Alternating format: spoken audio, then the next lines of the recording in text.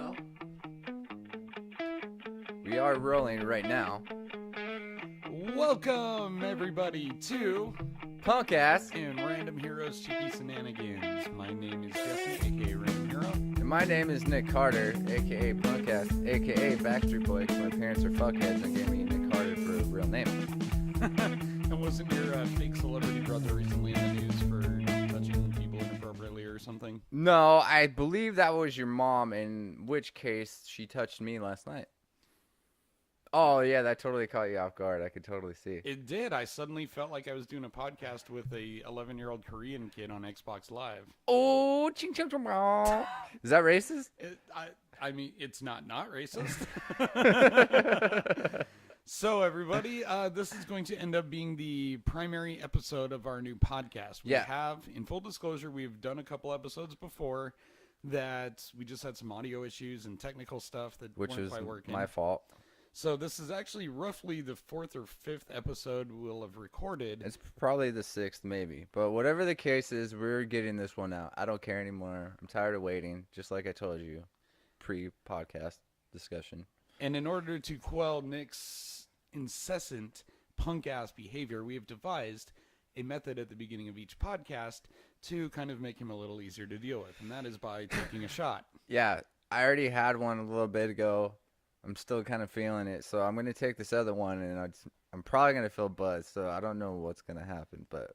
That's the best part. It really is. So let's just do this. We're going to be shooting some Maker's Mark whiskey here.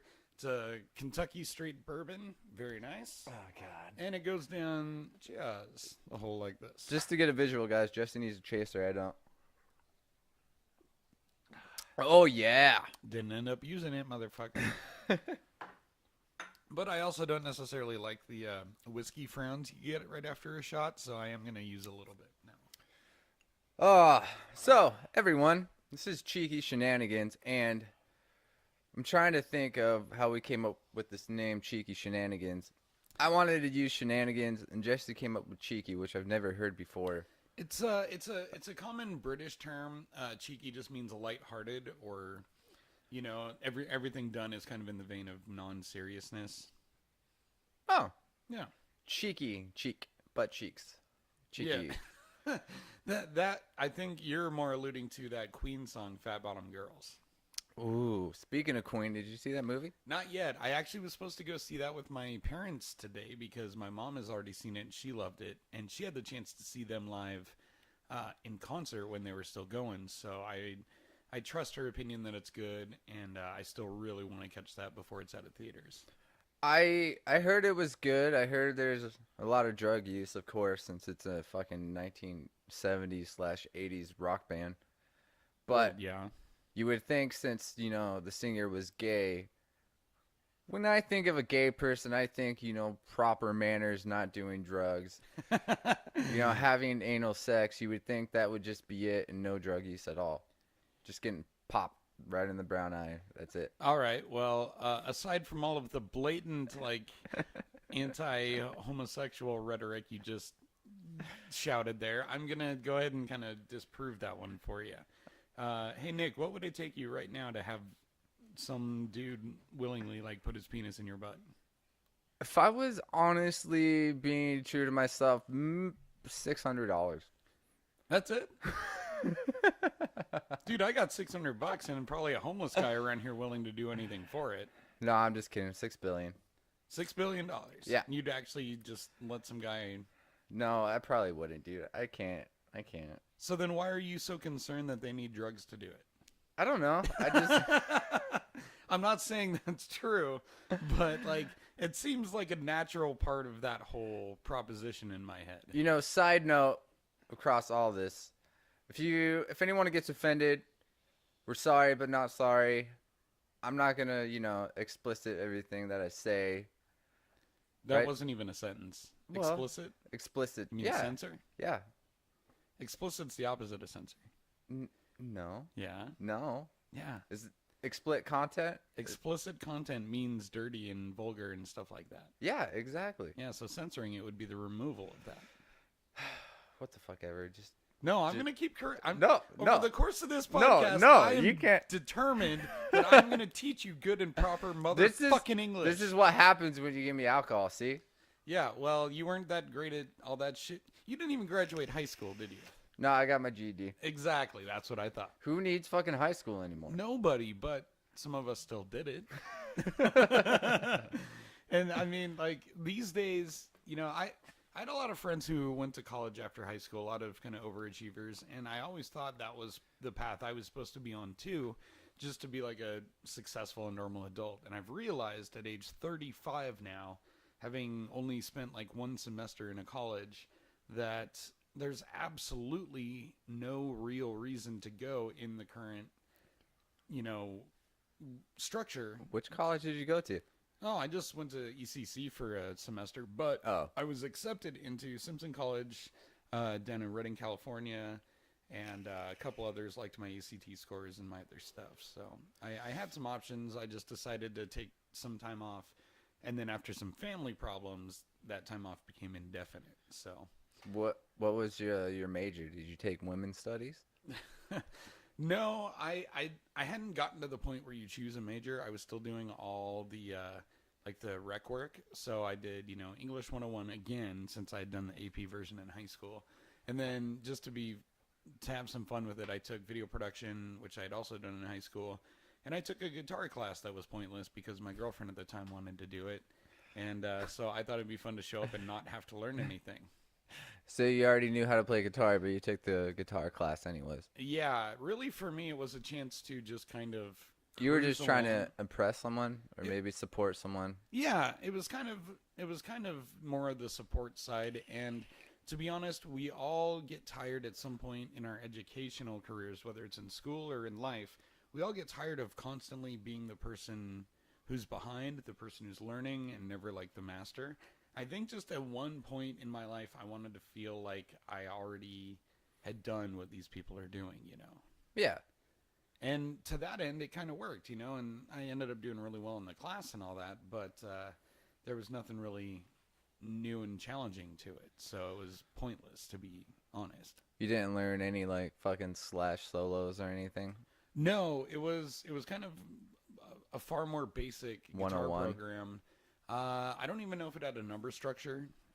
It was, you know, I really don't remember anything about that. But I do know that the final was simply to write a piece of music, and that was fun. I wrote a finger-picking song that I played, and I still know how to play that went over pretty well. But, I mean, really, like, education needs to find a way to keep you wanting to progress past those levels so that people like me don't check out and then realize 10 years later, I really wish I'd stayed in school, not because of the jobs it would give me, but just there's so much stuff in colleges that I would love to learn, you know? I don't know if you noticed, but the North American school system sucks. So, it does. Yeah.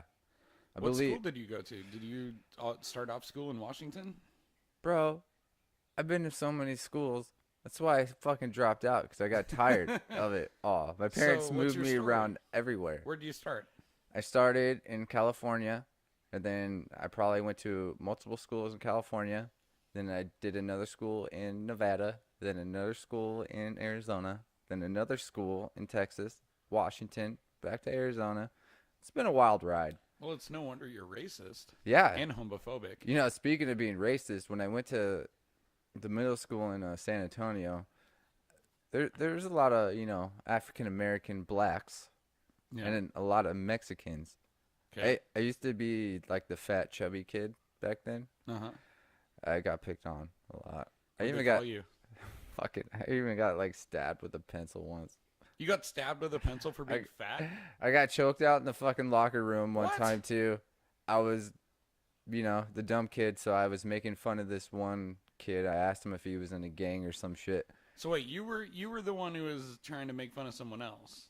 I don't know. I vaguely remember it was just around gym time, and I asked him if he was in a gang, and he said like the gang name was like the Click or something like that. And I remember I was making fun of the name, and then when we get back into the locker room to like change our school clothes back on, he fucking like came behind me and started choking me. I'm like, fuck.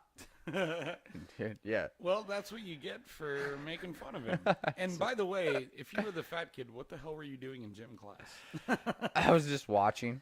No, I was the same. I mean, I liked to play sports and stuff like that, but I was always slightly less athletic than everyone else around me. And when I played soccer, that was fine and it was fun. I was actually a really good starting keeper and did pretty well in the forward position. And it wasn't really until swim team in high school when I felt like I'd done a sport that was, different and kind of suited for me. And I wasn't great at it, but I was good at it, You were on a swim team? Yeah, and in fact, when you make districts... Did you float? What? Nothing. Did I float? Yeah. No, by the time you're done with swim team, your entire body is like small and thin but really strong muscle. So you don't really bulk up, but your entire body's more lean, so you sink like a rock. And they use that to punish you in 2-a-day practices by making you tread water without using your arms. Yeah. How the fuck do you do that? Only with your leg strength. Wow. You're just bobbing in the water, and sometimes they would even tell us which type of leg stroke we'd have to use. So I don't know if you've ever done swim team, but there's 4 different main strokes. There's breaststroke, freestyle, backstroke, and butterfly. And the butterfly one, you have to keep your legs and your feet together the whole time while your legs are moving in the water. So when you have to do that and you can't use your arms to try and tread water too, like you're dead in a minute and a half. It is over. It was so exhausting. I just picture you fucking just in the water, just flopping your little arms. I'm not giving you credit on that one. Help me! Help me! Somebody save me! And this guy comes in, and you're like, "Oh, he's so hot. I just want to." No, but we did have 2 very attractive female managers for our swim team in my high school, and so they always made it worth it to go to practice just to kind of say hi and get a chance to talk to them a little bit. They were always interested in the older guys, but You didn't want to be like that one kid from The Sandlot where he pretends to drown and get like Wendy Peppercorn or whatever. I've actually never seen that movie. What the fuck? I was trying to decide in my head if I was about to play along or if I was going to admit that, and I decided to admit it. Thank you, Whiskey. How have you never seen The Sandlot? Seriously. I have been able to carefully navigate the waters of adulthood where people mention and reference that movie all the time. And I even know things like You're Killing Me, Smalls. That all comes from it. Never seen the movie. Wow. Yeah. You're like the second person I've known that. And the sad part is I love movies. I've seen all the movies except that one. That's like a cult classic as well. Yeah. It's just like The Goonies. I know you've seen The Goonies. Yeah, I've been to the Goonies house. What? Yeah, when I lived in Oregon. Oh, it's in Oregon, yeah. Yeah, my girlfriend and I did a week-long trip out to the coast, and we stayed in Lincoln City and drove up on a day trip to Astoria. And this was a couple years before the owners decided they'd had enough with all the idiots like us coming to see the house and leaving all their trash behind, and they've started forbidding it. But back then, we were still able to. So somewhere, I've got a picture of it, but yeah. Did you do the truffle shuffle in front of the house? No, because I was always self-conscious about already being a chubby kid, so Did the doctors tell your mom that you barely beat Down syndrome when you were born?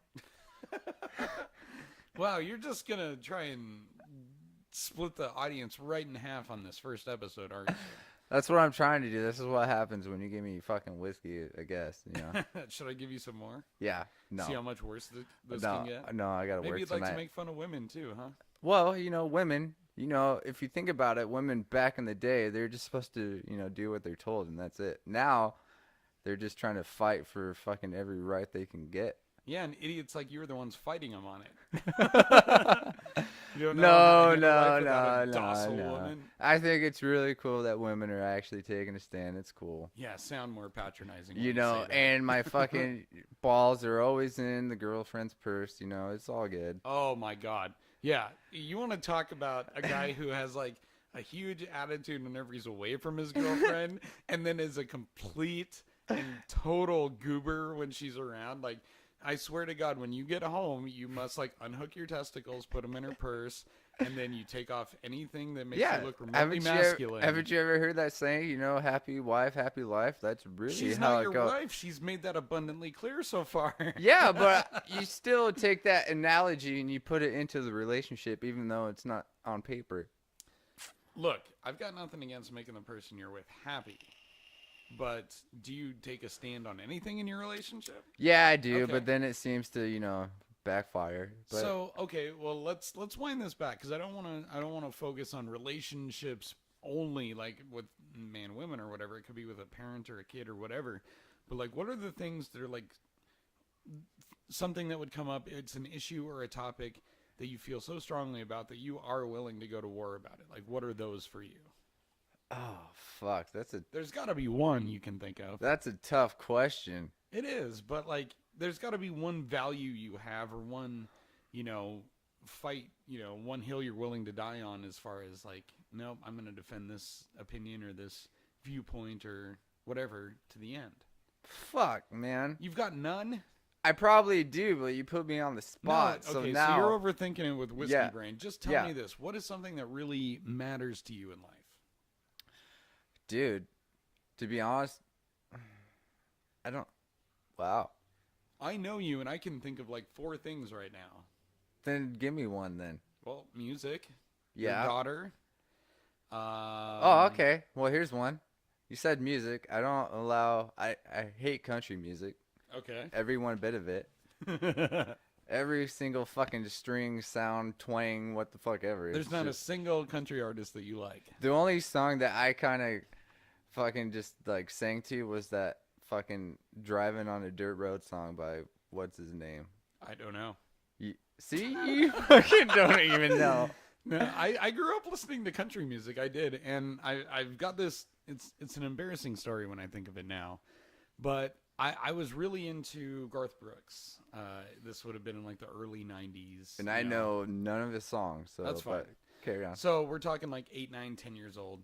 And so it's all I would listen to. And when you're a parent, whatever your kids listen to, you kind of give them a pass on it and you let it slide, even if it's not what you like. Yeah. If your daughter liked country, you'd probably let her listen to it a little bit and you would just suffer it, right? Maybe one song. Fine.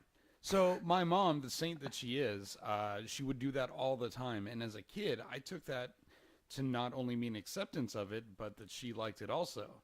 So I don't remember if it was a birthday or a Mother's Day or something, but my sister and I were kids, and she gave us some money to go into Fred Meyer to buy her a present because we were tiny little kids, So I go in, I buy a new fucking Garth Brooks album for her, thinking she wow. likes it. And so we wrap it, and I think that I had scored. I thought that this was something that my mom was into also. And she took one look at it and then accused me, probably on some level accurately, of getting that just because it's something I wanted. And sure, I wanted it, but I genuinely also thought she liked it too. And so that was one. I stopped listening to country very quickly after that, and never really went back. But that's one that's always hung with me because it's so funny. And if you're a kid, it's so innocent.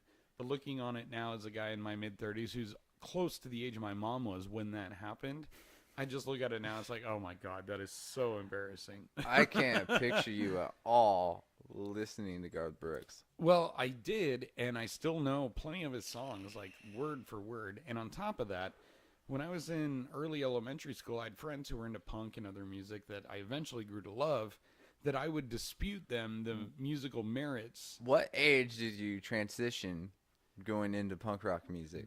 It wasn't a single age, and this is kind of a strange path. But if you take the Garth Brooks and all that shit, and then as I transitioned into high school, I went back to more like Christian root music, kind of because I was trying to get back into church a little more genuinely. Like POD? No, more like Jars of Clay, like kind of alternative but still mellow. Okay. And they were even on, the End and other local radio stations for non-Christian music. But so that happened, and then from them, I kind of grew this appreciation for like acoustic rock and stuff like that, and that transitioned into a Dave Matthews obsession for a couple of years that finally was broken by Creed. Blink-182, the summer of my sophomore year, the summer before my sophomore year, so roughly 99, 2000, somewhere in there. It's a good year. Good year. And, That's when I found them. Yeah, Yep. Enema of the State had just come out, and I had never heard of these guys, but it was the hot new CD at Fred Meyer, and we were buying a CD just to listen to on our way to the Gorge to see Dave Matthews. Yeah. So I bought Enema of the State, and we put it on, and within 2 songs, I was hooked. Going Away to College is track 2 on that record, and it is so good. It's one of my favorites to this day from Blink. And we must have listened to that album 3 times on the way to the Gorge, wall to wall, not skipping a song, loving every minute of it, all the way back. And that phased me out of all that kind of more mellow music. I still like mellow stuff, but it phased that out of being the only music I listened to into suddenly, Green Day, Blink, Sum 41, Linkin Park, all this other stuff that was coming out around the same time. Britney Suddenly, Spears. Well, yeah, you're right. You're like, how old are you again? I'm 35, born So- in 83. You're 5 years older than me, Yep. but it seems like we recently got into Blink at the same time year, because I remember I was like in 6th grade and I saw a music video, Blink 182, which I believe was All the Small Things. Yep. And that's when I got hooked.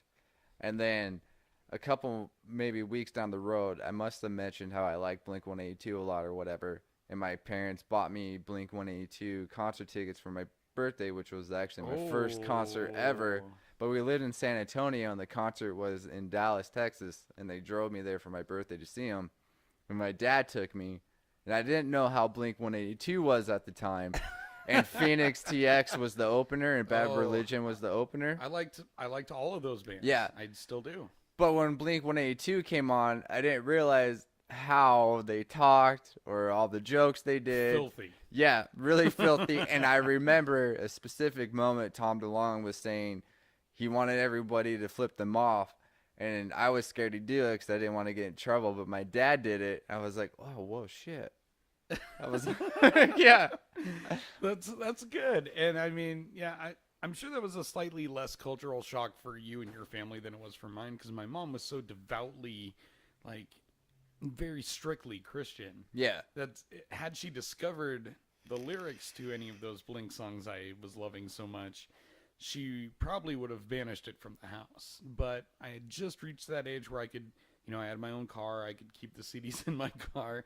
And I would frequently keep CDs in there that she would have never approved of. Yeah, because I was like 11, 12. So when we went, I was like, oh, shit. Yeah. And, but I mean, that's awesome that your first concert was Blink 182. Yeah, I did keep the fucking concert ticket stubs. But when I was with my fucking daughter's mom, which she's just a fucking devil, I lost all my shit. It's all gone. Everything's gone. I had a rancid guitar pick that I got from Tim Armstrong.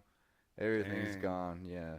So, I mean, I think that was actually one of the better natural ways to kind of introduce everyone to a lot of the musical influence that has guided us, because Nick and I here, we actually met when I was kind of rejoining a new band my friend Aaron was forming, and he had met Nick on, Craigslist?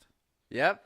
And, so they had written a couple songs together and had been practicing, and I moved back up here from Oregon to start playing bass for them, and Nick was in there, and, I mean, we never didn't get along, but it kind of took a little while to actually become, like, buddies, you know what I mean? Yeah. And but, I guess I was closer with Aaron in the beginning. Yeah. But now I feel like we're closer than fucking I am with Aaron now. I don't know. It drifted somehow. Aaron doesn't drift, but he's been a person who's had the most going on peripherally to, like, band stuff and whatever else. Yeah. Whereas you and I, we've frequently been, like, single and frequently had too much time on our hands. So we always try and think of, like, hey, should we start a side band, or should we do a comedy YouTube series, or how about a podcast? And what you guys are hearing is the result of not just, like, the last few months of, like, trying to plan and test things and all that, but also years of just Nick and I trying to toss ideas around to each other and wait for one to feel like one that we were both interested in and could be good at. And so that's kind of what you're getting here. Because, I've always wanted to try stand-up comedy, too. You've actually done it. Yes. I'm too scared to fucking do it. Why? Because you write more than I do. I feel like you understand writing more than I can fucking write. You know better grammar than I do. I feel like I'd be stupid up there on stage. I'd be like, why is the chicken cross the road, guys? Well, there's plenty of comedians who don't write with, like, you know, perfect grammar and stuff. You got to write for your voice. And the reason I started stand-up is because I'd spent years doing music in front of people, but the idea of being up in front of a bunch of people without an instrument or without a band and without any songs to sing, and you just have to go up and talk or try and make people laugh, it terrified me. Yeah. But then all my life, people have usually laughed at me, whether I'm trying to be serious or trying to be funny. Whatever I do ends up usually being somewhat comical to people. So I was like, okay, if I have these skills but this fear, then the fear is the only thing stopping me. And so I decided that I was going to force myself to do it because it made me afraid. And I think that's what you should do too. And really, that's not just about a comedy or music or anything else. That's about everything. If there's something that you only have not done because you're scared to do it, that's the thing that should be first on your bucket list. You know what I mean? Well, yeah, when I saw your little video clip on Facebook or whatever, it inspired me to just fucking try to write something down. That's why I showed you that little bit I wrote about being raped, sort of, by the fat chick. Yeah. But I love how you're not giving them the bit right now, so no one listening to this has any idea what you're talking about. Yeah, no, I was, this is great radio or great podcasting right now. I was, taken advantage of sexually by a fat chick. But people would say different because who can rape a guy by a girl, I guess, so to say. It's absolutely possible. It absolutely does happen. But in general, people kind of correctly assume that the guy should physically somehow be able to stop it if he has to. Yeah. But if they really follow that thought process, they'd realize, okay, well, that guy could probably get out of there, but it's going to mean punching a woman in the face or something to get out of that situation if you're relying purely on our physical, advantages over standard women. All right, yeah, like picture this. Say the roles were fucking reversed, right? A girl was fucking just taking advantage of a guy and was like just right on fucking top of him. Yeah. Fucking the guy punches the chick in the face, calls the cops. What do you think the cops are going to do? Yeah, they're going to arrest the guy. Well, but don't you think they'll like kind of laugh a little bit? No, they wouldn't laugh, not necessarily. The guy's buddies might when he tries to tell him the story, but it's how do I want to phrase this? It's a double standard, but it's one that I believe is okay to exist for right now. Guys don't need to worry about people believing them when they've been raped by women. That's not really an issue. It's not a big enough issue that we need to worry about it now. What we need to worry about now is all these fucking guys who are going around actually raping women and spending 2 days in jail, or having judges say, well, I don't want this to ruin the guy's life. Well, guess what, bitch? What about the girl's life that he just ruined, And then there's all these abortion laws coming around the books, making it difficult for women to get one, even if they are raped, let alone just electively, which should be their choice. So now you're telling me I agree with that. Yeah, the fucking rapist's seed in her has more rights than the woman. Like, that's all stuff, we can worry about guys believing other guys when they've been raped later on down the road. Not an issue. Yeah, but if like your friend came up to you and said, "Oh, I was raped by this girl," would you be like shocked? If she was ugly, I would feel horrified. I mean, that's as crude as I want to go with it, but like, I'll say this. There's a part of me at my age that is going to have slightly outdated opinions on some things, and I'm finally getting to the point to where I've cared less and less how many people agree with me on some things. But I believe that a girl can absolutely rape a guy. What I don't believe is if a girl that guy's attracted to can rape him. So my first question is like, okay, so if you come up and you say that you were raped, I'd be like, well, was she hot? If you said yes, you weren't raped. Yeah, that's what I'm saying. And it pisses me off when I see in the news too. It's always been like every kind of like teenager guy's fucking fantasies, always having sex like with their hot teacher. I never had a hot teacher, but go on. And you always see those things in the news where like, oh, the teacher's going to jail for having sex with this fucking, 15-year-old fucking student. Right. I'm just like, what the fuck? It's his buddies who were jealous of him that told. Yeah, but I'm just saying, it's like, what do they expect to happen? The fucking 15-year-old's gonna be like, no, stop. I'd be like, let's do this. Right. And but that's exactly what they're saying in those cases. You know, if you're talking about Mary Kay Letourneau, which was a famous case, it was one of the first nationwide cases of a teacher, you know, like Yes. basically being a sexual predator on I a student. remember watching the fucking movie they made about that. Yeah, and that all came out of this state. Was it here? Yeah, that was Washington State. I'm gonna double check after I say this just to make sure. But but that's the thing is like the shoot, now I got so derailed. I don't remember where I was going with this. Jesse's got some shenanigans in his head. So yeah, I'm sorry I lost you there. So, like I was saying, as I walk in there, Jesse's around getting banged by some dude. No. No. What was your point for that last thing? I want to remember what I was going to counter it with. I was just saying, I think it's funny when, you know, a 15-year-old guy student has sex with his fucking hot teacher. That's it. Yeah.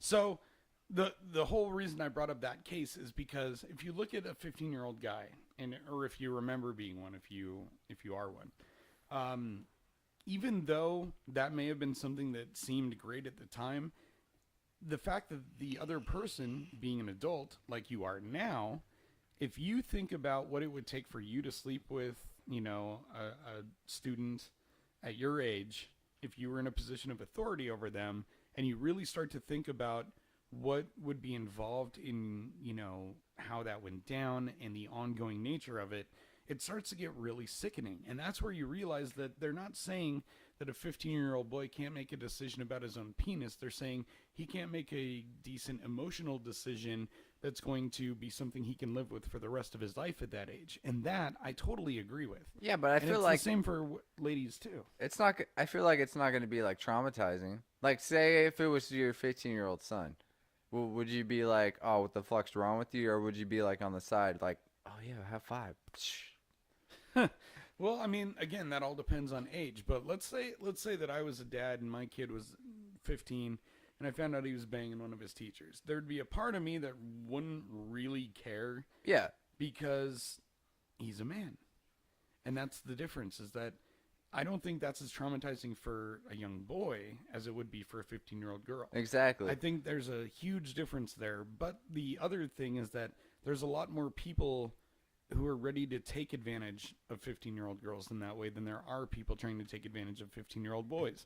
For a teacher in her mid to late 20s who's looking for a hot young guy to bang, she could easily find one 18 to 22 who's hotter and more experienced than the 15-year-old. So there's something broken in her that made her choose a child instead of one of those other guys. Yeah, it's just I always wanted to like wonder what the teacher's thinking in that exact moment to make her like switch off her like. Well, depending on how he's doing, the thought process is A-, C+, yeah, I know. D-, F. No. I just get out. You're in detention. Go Yeah, away. I just want to know like how that switch gets turned off, and the teacher's like, "Oh, I'm gonna fucking bang him." You know what I mean? That's the thing, and I don't know if that's a psychology that you or I could ever really appreciate or understand because we're not predators. And I think that really is something that's either broken or different in everyone who commits a crime like that. Man or woman, there's something in them that simply doesn't recognize it as being wrong, or it's not wrong within their own moral code, which they consider higher than the rest of ours, or they don't care what the consequences are. That's just their craving and they need to satisfy it. And to all three of those, I say, you kind of deserve what you get, you know? Well, yeah, all I was trying to say is that was always my fantasy too. I've had hot teachers, and I remember when I first, you know, started masturbating, I would, you know, think of you masturbate.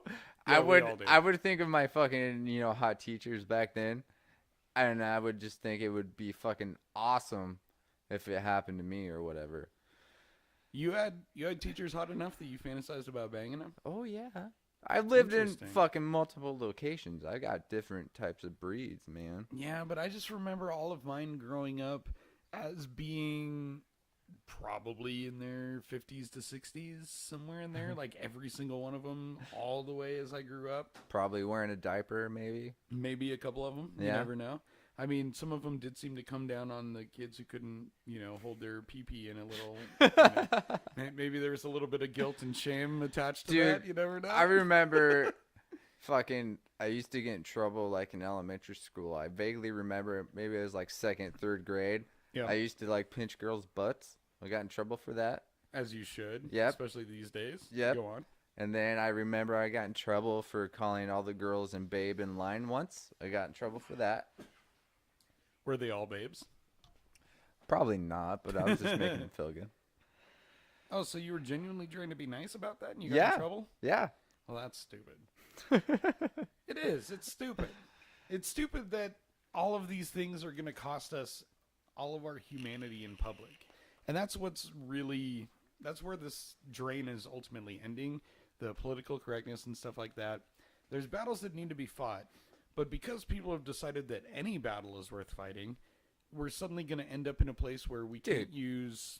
Everybody feels like they have to fight about everything now. Yeah, and everyone feels like if they're offended by something, that means that they're right. Everybody. And the thing is, I get so tired of it. Doesn't make it wrong. Yeah. It doesn't mean they're right because they're bothered by it. You know what I got bothered by? I was reading through like the news feed on my phone. All right. And people were starting to tweet out that the Charlie Brown Thanksgiving, the old fucking Charlie Brown Thanksgiving was TV it the show. picture of them all at the dinner yeah, table? And the black kids they're trying to fucking say Charlie Brown fucking Thanksgiving movie's fucking racist all right, now. Now, hold on. Just in case you guys haven't seen this image, I'm just going to give you the context. This is a still image taken from a very real existent Charlie Brown Thanksgiving special, which are all very sweet, by the way. They really are. The Christmas ones, all of them. They're great family and kid movies. But this still image is all of the characters at this dinner table, and you've got Charlie and Lucy and Linus and all of them on the right side, and the only black character in the show is on the left side of the table by himself. Anyway, but like, who the fuck like thinks about that or points it out? Or I even read the fucking the black kid on the one side by himself. They were saying he was like in a crappy lawn chair, and the other kids had like the nice fucking chairs. Yeah. Like, are you fucking kidding me? Who the fuck cares? Well, here's the thing about that. I'm going to disagree with you on this. I'm going to call shenanigans because, in my opinion, the biggest disconnect with all these people who are fighting every time something offends them is because other people can't understand why it offends them, so they have to yell louder. None of us have empathy for those situations because, in our experience, we don't understand what's bothering them about that picture. But if you grew up as a broke black kid and you see that same special and you see the only potential avatar for your childhood being the only one sitting alone on a crappier chair in the Thanksgiving special, yeah, that might bug you. I'm not saying that Charlie Brown was intentionally trying to do that. I have no idea. And even if so, Charles Schultz has been dead for years. It's not really a big deal. Those were popular in the 50s. But if you think about it, all the other episodes, the black kid always interacts with everybody. They're not. What's his name? I don't know his name. Exactly. I'm not a big fucking Charlie Brown fan. It doesn't matter. You know other characters. What's the dog's name? Fucking Snoopy. Exactly. What's the name of the show? Charlie fucking Brown. You know those characters. You can relate to their situations. Yeah, because they're the main characters. Yeah. And so why wasn't there a main character who was black? Because it wasn't fucking Soul Train. I don't know. Time's up. Shenanigans have been approved. You are stupid. Fuck these shenanigans. So, Nick, we are here at the end of November. I've been kind of curious. How has 2018 treated you so far? I fucking hate 2018. Nah, actually, 2018's been pretty good so far. Yeah? Yeah. Anything specific you'd like to call out, or I finally lost dare I say be thankful for? I lost my virginity this year. That was nice. How old is your daughter? She's 1. Okay, yeah. No, she's actually what? 10. And you lost your virginity this year? Actually, okay, keep going. Let me ask you this question. How old were you when you lost your virginity? I was... depending on what time I know what year it happened, but depending on what time of year, I was either 17 or 18. I believe I was 18. All right, stop right there. Yeah. I lost my virginity when I was 14 years old. Now, is that odd Because a lot of people say they lost their virginity like in high school or they're 18, 19. And I feel like I'm the odd man out because I'm like, oh yeah, I lost mine in fucking middle school or whatever. I don't think it's odd. I think that people hit their kind of readiness for that whole part of their life at different times. And when I lost mine, I wouldn't even necessarily say that I was 100% ready for it. I think that it was kind of more a mixture of hormones and situation and all this stuff. And fortunately, it ended up being someone that I still to this day care about and can talk to and whatnot. But not everyone's so lucky. And, I really think about those potential issues. And, just got lucky on those. For everyone listening, Nick has just exited. He is probably going to go take a leak. So I'm just going to kind of give you guys a rundown of that situation.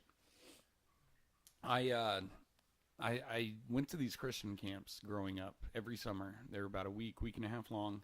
And they were always the highlight, not just of the summer, but of like my whole year. I loved these things. I learned to play guitar primarily so that I could go to these camps and lead the music program. Part of that was to kind of appeal to the girls who were suddenly becoming, something I was thinking about. 11, 12, 13 years old, you're starting to move towards a mindset that will be forever delving into ladies. So I'd done all that, and one year after I had been doing this for years and become a counselor and was kind of the music leader and a more important person here, there was a camper who showed up, and we ended up kind of getting banned. Was she hot? She was very hot. Still is. I'm not going to say any names. People who hear this are probably going to know who I'm talking about anyway. But, yeah, so we got accused of it at these Christian camps. Didn't happen. We had kissed once at the beach. That was it. And didn't happen. But I got kicked out of these camps because the people who ran it didn't believe me. So all of these things, everything that I loved about my summers and all this work I'd done towards these things was suddenly gone. But this girl, was incredibly special, and we did end up dating a little while later, and ended up, I think we were each other's first. That's how it went down, at least according to her, and I believe her on that. I know that's accurate for me. And it didn't end up working out as far as a relationship goes, but she's one of the only exes I've still got, like on my Facebook profile. Yeah. Someone I could still comment on or say hi to, or if I saw in person, I'd be very happy, give her a hug. Things ended okay, and things have been okay since. So I was very fortunate in that it was with someone I actually cared about and who was going to stick around for a while. I know that you have a slightly different experience with having your V card swiped, and it's not like funny. It's not the most romantic story. Well, the way I just told my story while you were in the pisser, I had to pee. There was no one to react to any of it, so I just kind of gave a Cliff Notes version. My Cliff Note of losing my virginity is 8th grade, hanging out with eighth grade. I was years away from losing my virginity when I was in 8th grade. See, I asked people, coworkers, friends, they always say, it's like always like high school or, 18 or something like that. Very rarely I'll hear somebody saying, oh yeah, I lost it when I was like 14 or 15. And I always feel like, shit, is that like wrong of me? Of trying to, losing it that young? Because it was with a woman or a girl at that time the same age. It wasn't like, It wasn't a teacher? No, I wish. Well, and like I was saying, there is no one age. And I think everyone would pretty much agree that we all develop at different times in different ways and at different speeds, and that's all right. But I also happen to know that there's a lot more to your story, so I'm going to keep letting you talk because this does make me laugh.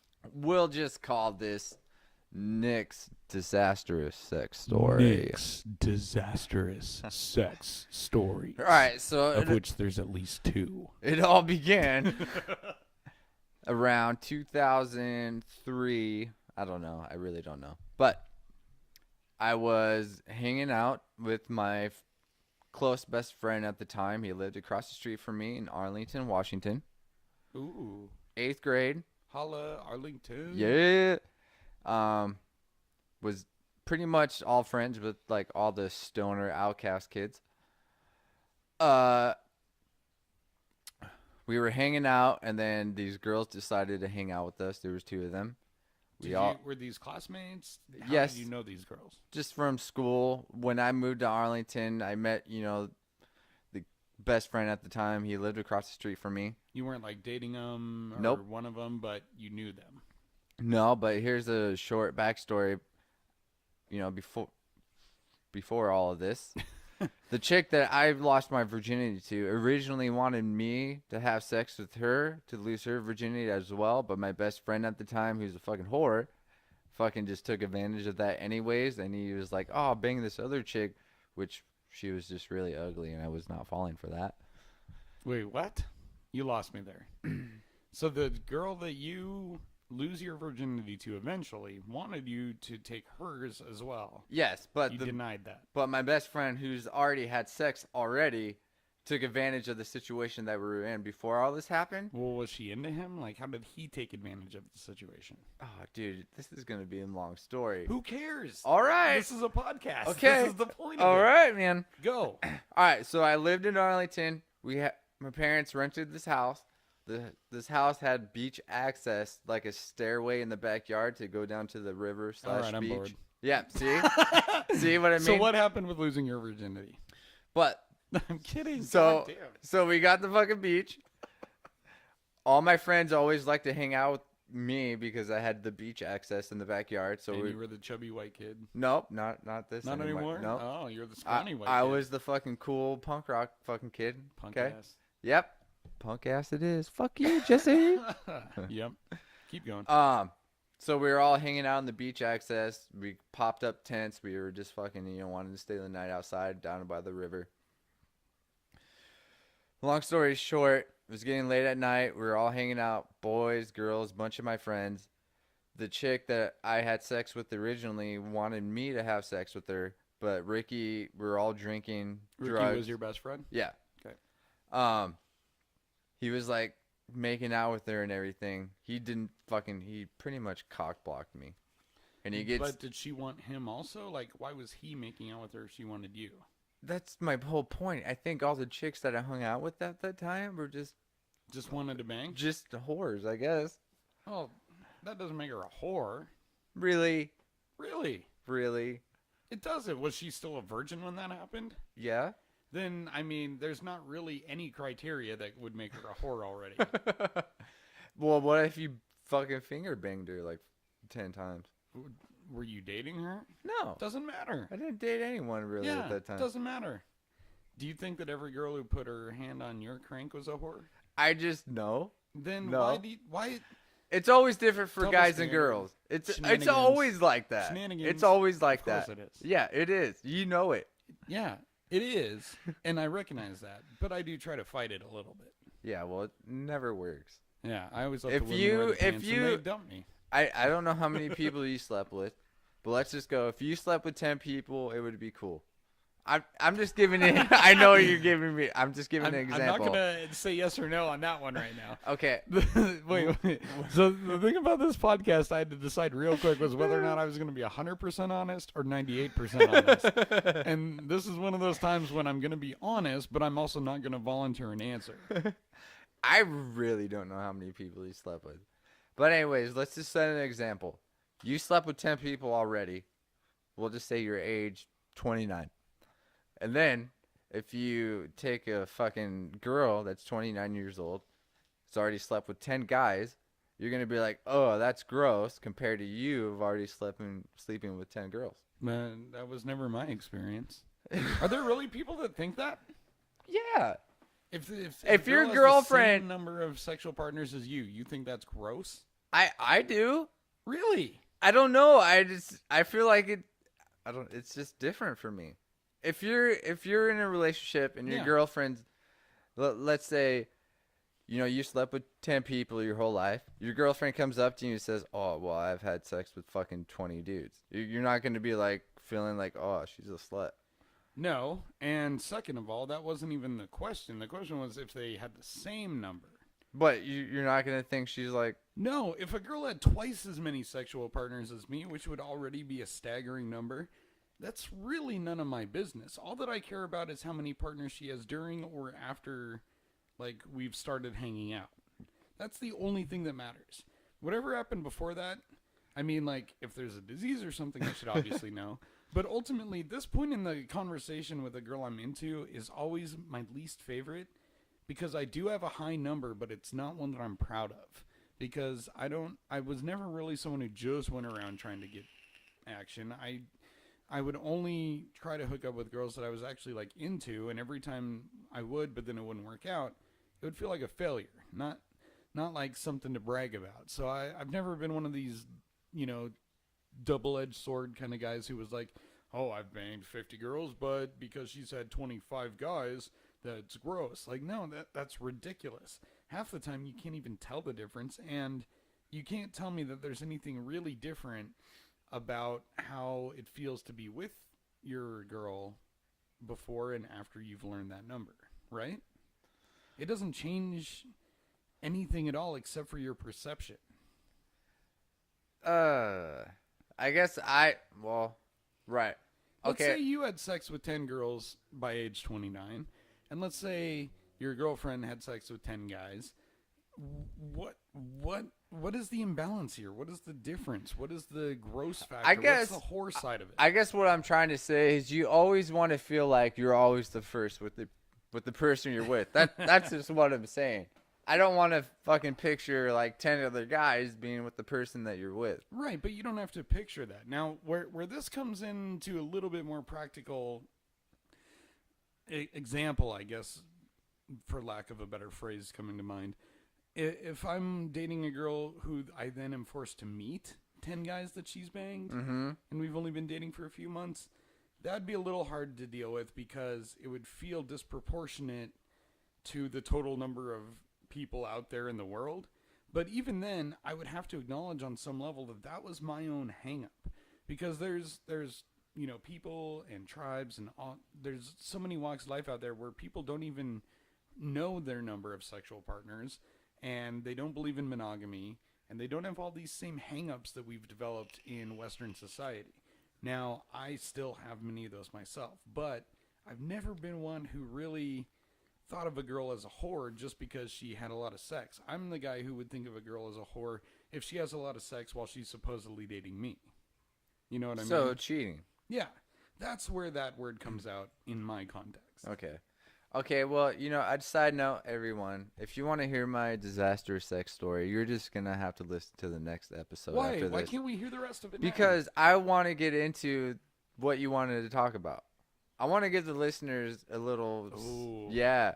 I want the listeners, if they're interested to hear my sex story, they're going to have to listen to the next episode. I think you should just finish it. Oh, you want to do it next episode? Yeah. You're going to do a teaser? Yeah. I want to do a little fucking teaser because I'm a little, that's what I like to do. You're a little whore, aren't you? Yeah, I'm such a little whore. Little punk-ass whore. If you guys could see Nick right now, he has the world's tiniest penis. It's so adorable. Well, you know what? It's like a penis, only smaller. Yeah, it's like a little clitoris.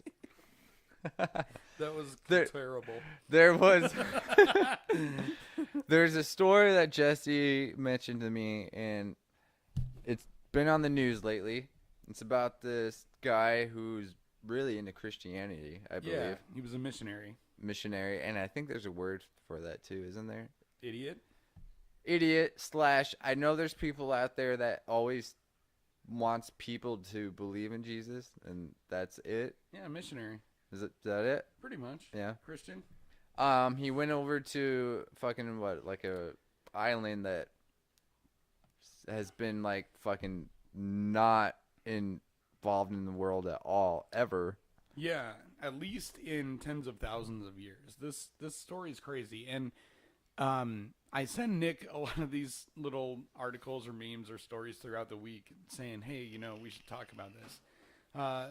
And oftentimes we never even think of it by the time he gets here. But this is one that I have followed profusely, and it's caused me to do thorough research on the people of this island, on the guy who was killed, on the organization who sent him. Every piece of the story is something that I've looked at in depth, and it's fascinating to me. And I think that the interesting part isn't what happens to the guy.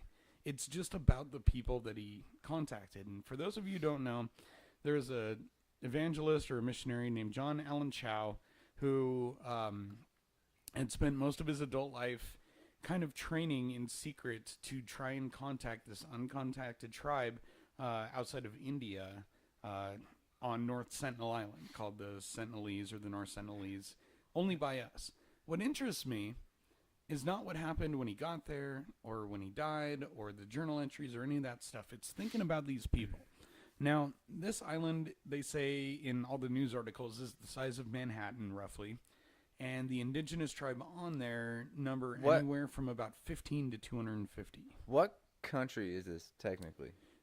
India. India? Okay. But it's in the Bay of Bengal, outside of India, somewhere right in between India and Myanmar. Okay. Which is kind of near China and all that stuff. So it's right in the middle of that big bay between the tip of India and where Asia starts to slope down towards Australia. And there's an island chain that formerly had a bunch of uncontacted tribes, but only the North Sentinelese have maintained that. Everyone else has allowed culture to kind of come in, and they've a lot of them have died from disease. A lot of them have suddenly kind of become suburbanized and modernized. Yeah, I've read that, the Indian, government doesn't want anybody coming there because, they can die just from contact of, right. Yeah. And the process, if you think about it, they're estimating 50 to 60,000 years ago, there's a big migration from Africa across Asia and through these island chains, and whoever is living on North Sentinel Island now are the direct descendants of people who made that migration 60,000 years ago.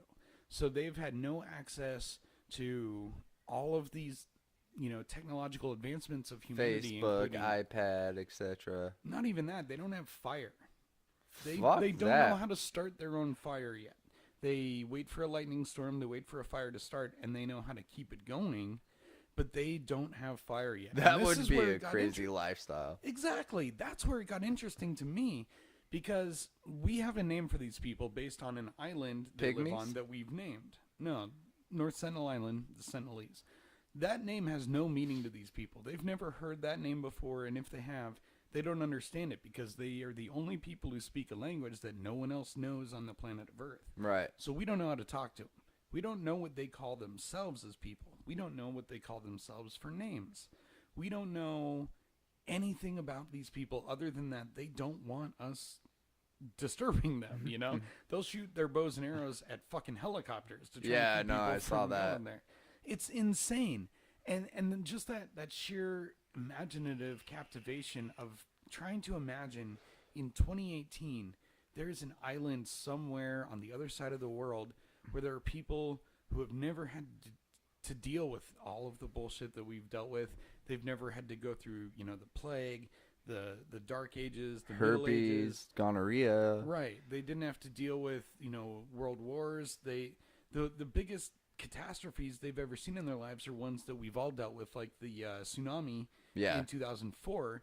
And that was really when they were brought to mainstream attention. Was the Indian government sent a survey out to see if these indigenous tribes had survived that big tsunami, and the Sentinelese were out there. They're fine. And we don't know if there's 15 of them or 250 of them. There's some illegal drone footage that I found on Google that was pretty interesting, and it actually shows you into the island, shows you some pictures of like their huts. And, like how that goes. If you really fucking think about it, though, we could actually figure out, if we really wanted to, what everything's about over there. But I feel like the Indian government doesn't want anybody to touch it at all. And that's good. And there's a lot of groups that are really trying to back them on that, because along with the immune system issue, Western culture and our trips there have done nothing but brought them pain already. There was an explorer named Portman, British explorer back in the early 1900s. I'm sorry, no, late 1800s. And so he went there, and he went to North Sentinel Island a couple times. And on the second trip, he didn't see any natives except for these 2 older people and 4 kids. So what does he do? He kidnaps them all, gets them on a boat, and brings them over to Port Blair, which is really near this island chain over on the Myanmar side. Is this kind of like the Christopher Columbus area? This would be well after Christopher Columbus, but Okay. right in the middle of British imperialism. Mm-hmm. So they thought they owned everything, including India, which they did for a while. And so this explorer Portman goes through these island chains, and they're dropping diseases on people. He's kidnapping them. The 6 citizens from North Sentinel he brought to the mainland just to kind of see what they were all about. The 2 old people died almost immediately from diseases because something as simple as a cold or the flu or whatever could wipe out the entire island. They have no natural immunity to this because they've never seen these before. Yeah. So you've got white people who come and bring them away. After the old people died, they brought back the children with gifts, but those kids might have already picked up diseases and could have caused an epidemic that we don't know about. So nothing that we have tried to do for them has brought them anything other than suffering. So when this idiot 26-year-old American missionary from the very state we're in right now, Washington State, he lived in Vancouver. Of course, he's from Washington. Yeah, of course. And there's a missionary kind of organization that kind of help prep and train and support these people who are going to go on these more dangerous missions. And he was working with them. Yeah. So at least they kind of gave him tacit approval and help. So they're kind of culpable also. And then he goes out and he spends years in the Andaman Islands making contacts with fishermen and other people so that when he's ready to come out and do this trip, he's got all the resources in place. Well, right. I heard like everything, even like driving or boating him out there was illegal. Anyway, yeah. Even cops aren't allowed within 5 nautical miles of the island. Mm-hmm. And in his diaries, because John released his diaries to the fishermen, had them bring him back to a friend in the port and distribute it, basically. He basically is saying, look, I don't want to die, but if that's what God has for me here, then I'm going to do it. So a lot of people think he already knew he was going to die or something. Did. Yeah. He flat out said it in his journal. He was worried about it numerous times. It made him emotional, and that's fine. But it wasn't enough to stop him. Yeah. And it wasn't just like he went once and they killed him. He went once. He tried to introduce himself and talk to them, and they started being aggressive. And one kid shot him, and it hit his Bible. And he ran away and went back. And then they came back again the next day. And when he left, he told the fishermen, I'm going to stay on the island now. Yeah. I don't need to come back anymore. You guys go ahead. Here's my journal. Take it to the port. I'm good. I'm going to be here for years. And depending on the report that you read, some reports say that the fishermen literally saw him being hailed with arrows by the time he got to the shore. Mm-hmm. Other ones say that they weren't sure what happened to him until the next day when they saw his body being dragged to the beach and buried. Right. I read that like other people that have tried to go on the island actually like met people, but they were in the water giving them coconuts. Yeah, that was instead. in the 70s. Yeah. I'm sorry, 91. That was an expedition in 91. But they did get like a warning saying, hey, don't fucking go on the shore or something like that. Yeah, and all of the other natives from the other islands, like the Jarwa tribe they come from an island really close to this other one. All of those guys, when you try and take them near North Sentinel, they're like, don't land us anywhere near that beach. We don't want none. These guys aren't just killing white people. They don't want anyone on their island. And honestly, despite the fact that a country like India or the U.S.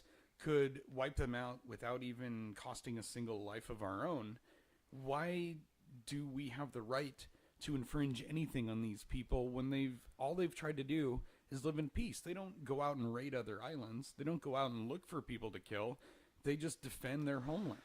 Yeah, I agree with you. I feel like, these people that want to say, people need Jesus in their lives, I feel like I don't know. I feel like they're crazy because, like, I'm an atheist, technically. I don't believe in anything. Whatever happens when I die is going to fucking happen. So that guy going to that island unexpectedly, knowing how their reaction's going to be, I don't feel bad for him. I think it was stupid for him to try to go there and just fucking bring a Bible and try to teach them about Jesus. It's just like, it's just stupid to me, Yeah, and I mean, look, I grew up in church long enough to know the feeling that was likely driving him to that. And deep within each religion that I've ever studied, you'll find some sort of a mandate to where their way is the only way to some kind of an eternal life, and to where it's now suddenly your job as a believer to tell other people about it. I can't blame him for receiving that mandate, but the sheer amount of zeal he showed towards it, and the sheer disregard and narcissism it takes to hire fishermen to try and navigate you through waters, avoiding the Indian Navy who are trying to protect these, very, very delicate and very ancient peoples. And then you just think, oh, well, because I'm 26 and I've got a head full of knowledge and a heart full of God's love, that I can just charge right in there, regardless of what they want or what they've expressed they want, and suddenly they're going to accept me. Like, that's narcissism bordering on like a messiah complex. Yeah. He thought he was going to go in and be instantly accepted, singing these little hymns to them, and that he was going to be the one to bring... To me, that there's a change in your mentality when you go from humble servant to you see the moment for glory. Yeah. That's what this was to him. This was a challenge. He was an adventurer. He wasn't a missionary. He wasn't going to try and tell them about Jesus. He was going to try and be the only person to go there and live. That's my opinion. Yeah. I want to know what he was fucking thinking. I don't know. Well, he kept a diary while he was on the boat, and he released it to the fishermen, so you can read excerpts online, and there's some very specific sections. Because everything that they try to do on the island's illegal. I want to know how he fucking, made the fishermen, drive that close. He paid him $325. That's it? Yep. That's 6 fishermen, and he had another... See, that's why I told you how he was kind of... He'd been in the area twice before that in previous years, trying to make the contacts he was going to need for this trip. Yeah. So he has been planning this for years, and he found the right fishermen. He found the right advice. He paid them the money. They took him around the patrols, and they kind of parked in a cove. And then he basically would get in his kayak every day and bring a couple little trinkets to offer the natives. And he would paddle, a mile or whatever out of the cove and onto the mainland, onto the shore. And depending on the excerpt you read and the kind of summary by the news source, this is where the details get a little bit hazy. But it's just, this whole thing has captured my attention and my imagination, because I really don't care about John Allen Chau. I don't. And that's a messed up thing to say, and I acknowledge that. And, I might have to pay for that comment somewhere down the road. But I don't care about him. I care about those people. I care about the people that he was trying to invade. I care about the chance that he may have ruined that we would ever one day know what their language was, or even what they call themselves. I don't know what so many people call themselves. Like, if you take Germans, for example, in English we call them German. In Germany, in German language, they're called Deutsch.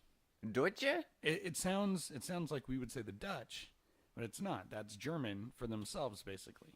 So there's always a name that a culture has for themselves, and if I could learn anything about these people, I just wish I could learn what they call themselves. Would you go out onto that island? Fuck no, but I would go near it. I would love to go near it and see. It would be interesting. It would. I mean, but you can see enough from the footage and the pictures, and there was a documentary that went there in the 70s by National Geographic. It's narrated in Hindu, I believe, so you can't really understand it, but you can see a lot. And I think that's enough for me. I don't want to disturb those people. I think that what John did was going to set us back long enough. And this is a little bit morbid, but in 2006, there was 2 fishermen who ended up washing up ashore there after getting drunk one night, and they got killed and buried, just like these guys have done with John. But what not every news source has revealed is that after like a week or 2 of being buried, what the natives then did with the bodies is they took a bunch of bamboo and they dug the bodies up and propped them up like scarecrows on the beach. No. Yes, and I'm waiting to see if that's what happens with this guy. It's morbid and it's gross. Well, yeah, it's weird, but I just want to know if that's a pattern or something, I don't know if it's the Amazon or, they call them pygmy people. I know that's the racist term. I don't know the real term or whatever. Pygmy's racist? I thought that was the name of a nationality or something. I don't know if it's like, I think pygmies like the short version. No, you're thinking of that other word you used that I won't say. What, Mexican Americans? No, that other one with the N. Ninja. But I know there's another tribe out there for the longest time, or maybe till to this day, they fucking, they eat, they're cannibals or whatever. Yeah, there's some tribes out there that either practice constant or ceremonial cannibalism, sure. And yeah, that's weird. And Can you imagine just frying up a nice, luscious fucking dick just right there? Just, Well, you're tastes already so salivating just mentioning it. Put some mustard on that shit, dude. Oh. Oh, yeah. I think I'd be the type who would more try to eat someone's brains. I think So, I'm the zombie cannibal. All in all, Jesse is pretty much saying just don't go onto a fucking island where there's a tribe that has nothing to do with the world. And it's just crazy to me, 2018, there's actually people like that. Let me tell you this. What I want to say is this, that if we had a non-invasive way to learn about these people, even if it cost a little bit of their privacy, I would Like a support drone? that. Like a silent drone, like some sort of a nano bot that could record stuff or whatever. If we had some way to put microphones, not even cameras, but like microphones on that island, just so that we could hear their language enough to maybe start to decipher it and just learn about their culture and who they are, that would be enough for me. What this guy did was he tried to go in there and knowingly change that. And my interest stops at change and interaction. It stops at contact. My interest is backed up one step. I don't need to ever speak to or see one of these people in person. I would just love to know what they are all about when there's no white people around, when the world's not watching, you know what I mean? Because they're not all bows and arrows all the time. You know who could fucking totally do that? The Rock? Fucking Spider-Man. Spider-Man? Spider-Man. How about Deadpool? Spider-Man. I love Deadpool. I know you do. Do you love think Deadpool? He could go to that island and get away with it? Dude, fucking Deadpool can do anything. Just he can't let him die. kill him over and over and over. Yeah, Yeah. especially with fucking little time machine he's got from Cable. Yep. Who's your favorite comic book hero? You already know that. No, I don't. It's Iron Man. It's not fucking Harley Quinn? No.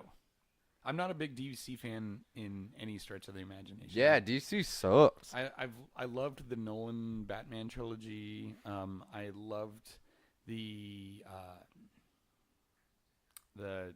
gosh, what's his name? The director, Batman. J.J. Abrams. No. The first and second Batman movies. Tim Burton. Tim Burton, thank you. I was thinking Mr. Emo, but yeah, Tim Burton. Mr. Gothic would have been more accurate, but so I like those movies, but overall DC bores me. I don't really care about them a whole lot. It's all Marvel over here. Like Deadpool and Iron Man.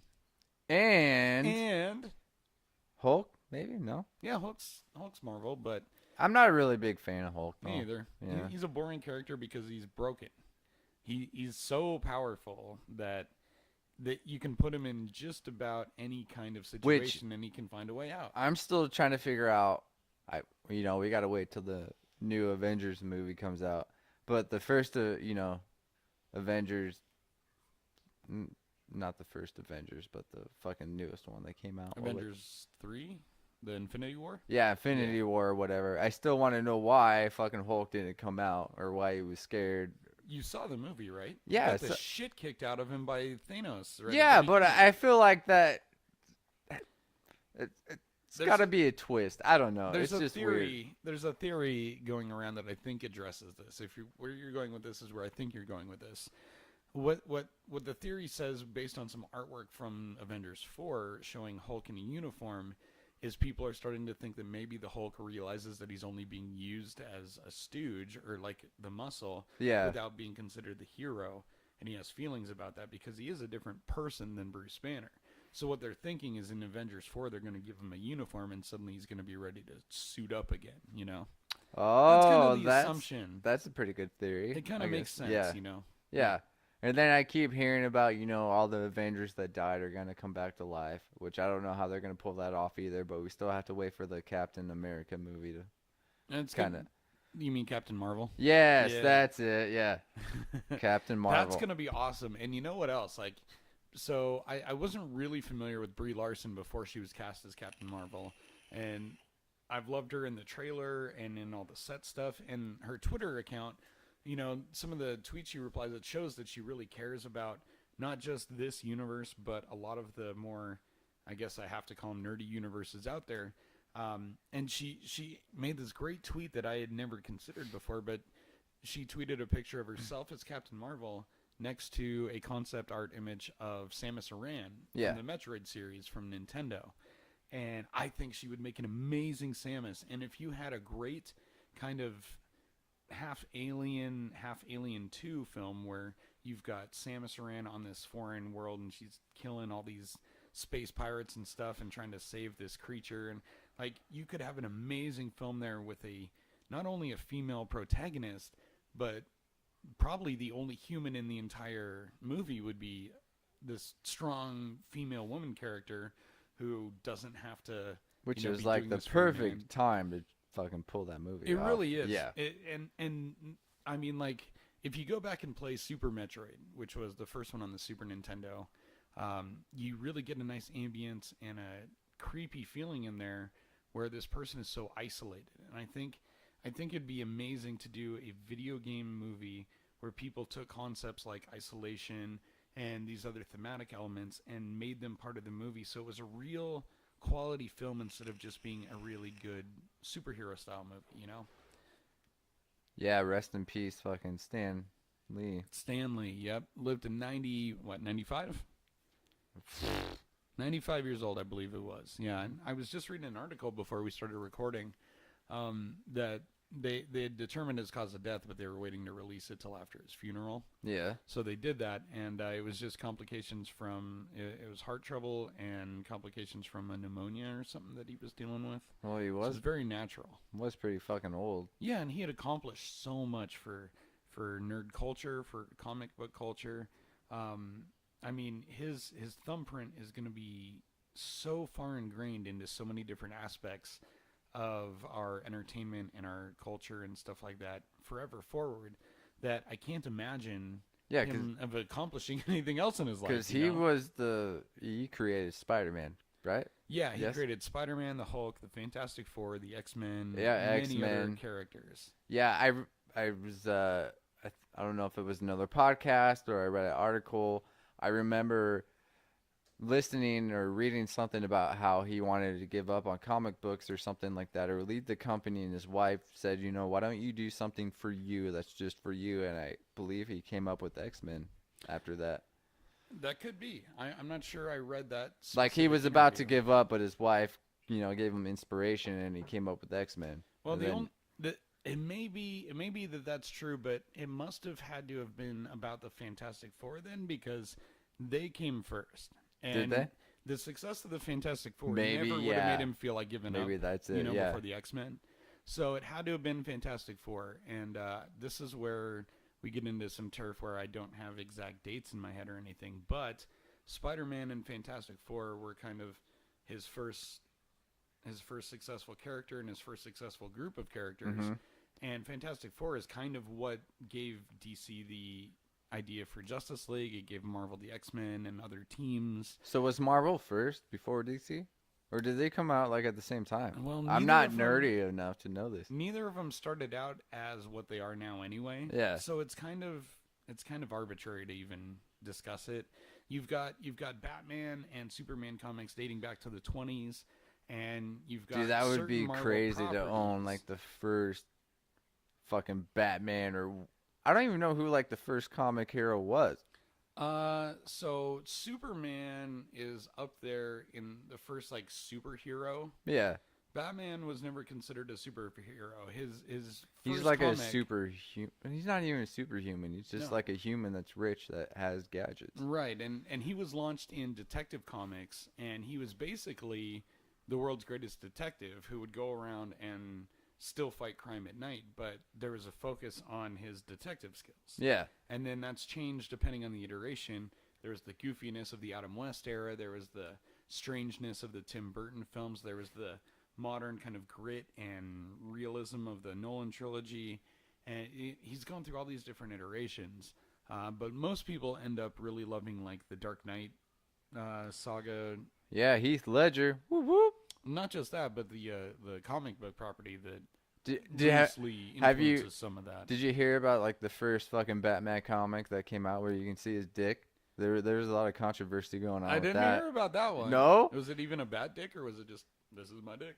There's been like mixtures of people saying, oh, it's good, oh, it's not fucking big enough, or this and that. I don't know, but I think they're getting rid of that comic, and I believe that comic book that came out with like showing his dick or whatever is gonna be pretty naked? rare. Like it actually shows like a penis? I was reading the article, and I think it's just like the outline of his dick or something through the pants. I don't know. It's like the first ever comic book of seeing Batman's dick. They're basically evaluating a bulge as opposed to like Yes. the way you're describing it. I thought that you're telling me that Batman whipped it out at one point in the comics. And I'm gonna have to research this again. See his Dick Grayson. Yes. Maybe it's like the most marvelous fucking dick ever. That would be the most DCest dick ever. Oh, Huh. that's two Oh. superhero puns in a row. You didn't even catch the first one, Dick Grayson. No. Robin's name? Robin? Dick Grayson? I don't know who that is. Robin from Batman. Dick Grayson. Christopher Robin from Winnie the Pooh. Dude, actually, I just saw that fucking movie. It's fucking Wait, awesome. What movie? Fucking Christopher Robin. Really? Yeah. Is that the one with Obi-Wan Kenobi in it? No, Ewan that's the McGregor? one with fucking X-Men and Deadpool. You didn't see it? What? Yeah. It's a new movie that came out. What are you talking about? Deadpool and fucking X-Men. You didn't see it? No. No, I'm just kidding. I know you are. Christopher Robin did have Ewan McGregor in it because he plays Christopher Robin. Yeah. And then Winnie the Pooh plays Winnie the Pooh. And Right. then Eeyore plays Eeyore. Winnie the Pooh's got to be in his hundreds by now. Like, I can't believe he's still acting in movies. No, but it was a really good fucking movie, and it took me back to the childhood because I used to, watch Winnie the Pooh when I was did younger. too. That was one of my favorites. Yeah. And it made me love Eeyore even more because he's just funny and gloomy all the time. That's funny. I was totally just about to ask you what character you either liked the best or connected with the most, because I've always had this kind of underlying theory that whoever you respond to best out of the Winnie the Pooh stories as a kid is really going to play a big part of the rest of your life. I always liked Tigger, but Eeyore in this movie is just fucking hilarious. Oh, in this Yeah. this specific movie? Yeah, he was like, oh, I'm at the bottom. That's where I need to be. That shit like that. It's just funny. Yeah, and there's so many people out there like on Facebook and shit that are like real life Eeyores that seem to think that they need to be Tiggers or Poos or Piglets even. Dude, But it's this like, day just and be an age, Eeyore. everybody has to be somebody. Everybody has to say something negative, or everybody thinks they have to have like a word in a situation. It's just ridiculous to me. I don't know. That's why, like, I'll make jokes and stuff, and obviously jokes to someone like you who's in my close circle are going to be mean a lot of the time. But I really I am try. never mean to you. Shut the fuck up. I love you to No, death. you don't. And your small dick that's smallest in the world. Which is fine. You can say all that shit about me And all you want. You look like you've been stung by a bunch of bees. Yeah, down there, I guess I do. But like when I deal with other people, either acquaintances or people in public or people at work, I always try not to be mean to them anymore, just because I've always kind of grown up feeling like I was on the outsides of social norms. Yeah. Whether it was, feeling like a Christian growing up and feeling persecuted for that, or feeling like an intelligent kid in high school who didn't want to always raise his hand even though he thought he had every answer. So you'd kind of hide that. There's parts of us that we hold back because we're insecure, we're not ready to show those or whatever else. And so, that was always me. But now, like, it's okay to be kind as being on the outside.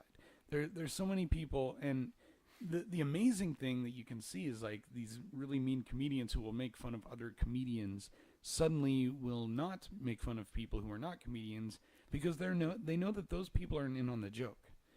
And the thing about being mean is that it's basically being mean is just being funny to someone who's not in on it. Yeah, I could always be mean to anybody and they know I'm joking.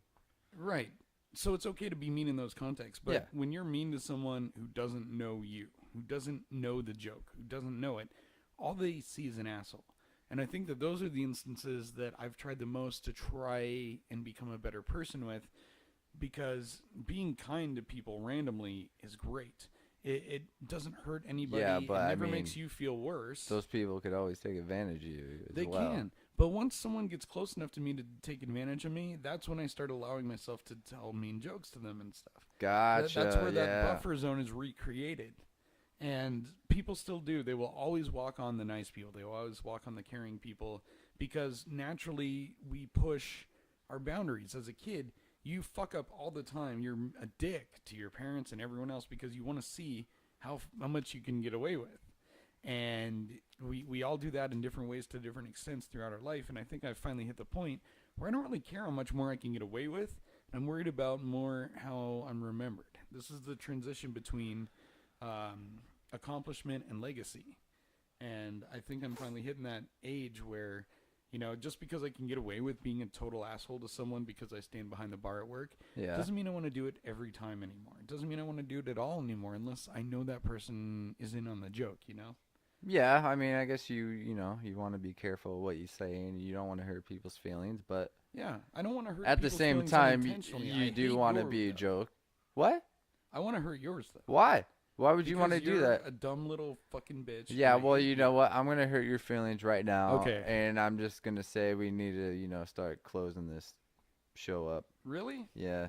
This has been awesome to talk about. It has. So far. It has been awesome. So I'm hoping, people that will listen to this will want to listen to the next episode. I hope so too. And I mean, obviously, we take long swaths of time to talk about certain stories or whatever, but ultimately, we want to be able to talk about anything on this show while keeping it lighthearted and funny, and at least and always sometimes bringing serious. us back to humor as our shoreline, where we're not going to shoot bows and arrows at you. And if you do get offended, I'm sorry, but we're just always going to talk and say what we want and feel because that's the point of this podcast. We don't have to, And the point of this podcast is that it is cheeky shenanigans.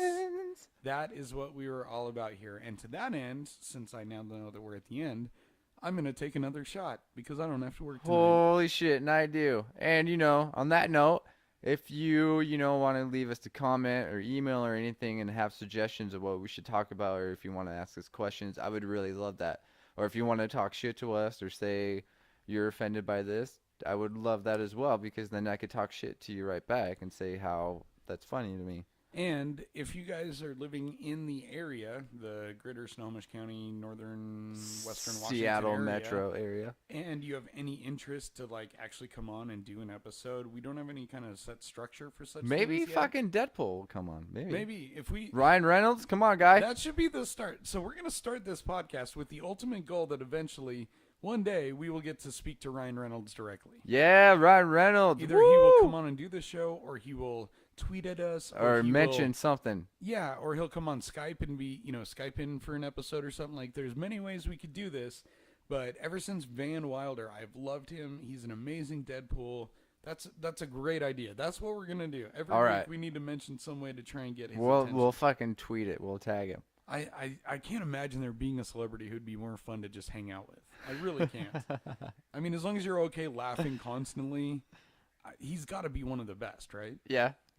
Is there another one you'd rather hang out with who's not just based purely on her looks? Nah, Kevin Smith. I would love Kevin Smith. Yep. I would love that too. Yep. I'm going to tag him in this and be like, oh, dude, this podcast mentioned your name. You should listen to it. Kevin Smith would take my relatively limited knowledge of comics and nerd culture and just grind it into the ground in the best way possible. Because I love to be around people who know more than me about subjects. Me too. And I need to learn about them. I don't know anything. You don't know anything? I don't know nothing. What's 2 + 2? Fucking 6.